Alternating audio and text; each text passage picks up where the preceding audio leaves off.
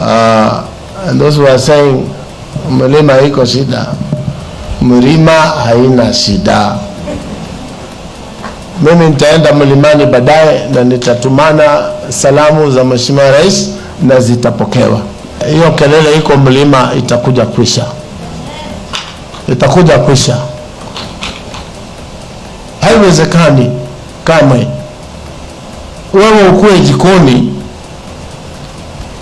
mahali kunapikwa, alafu ukishafurushwa umetoka nje ya jikoni unaanza kusema unajua bwana alikuwa anapika sumu ananipatia niwapatie. Huyo mtu ako sawa kichwa yake?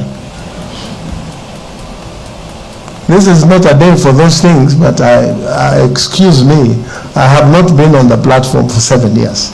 So I take this opportunity to fix things that need to be fixed. You understand?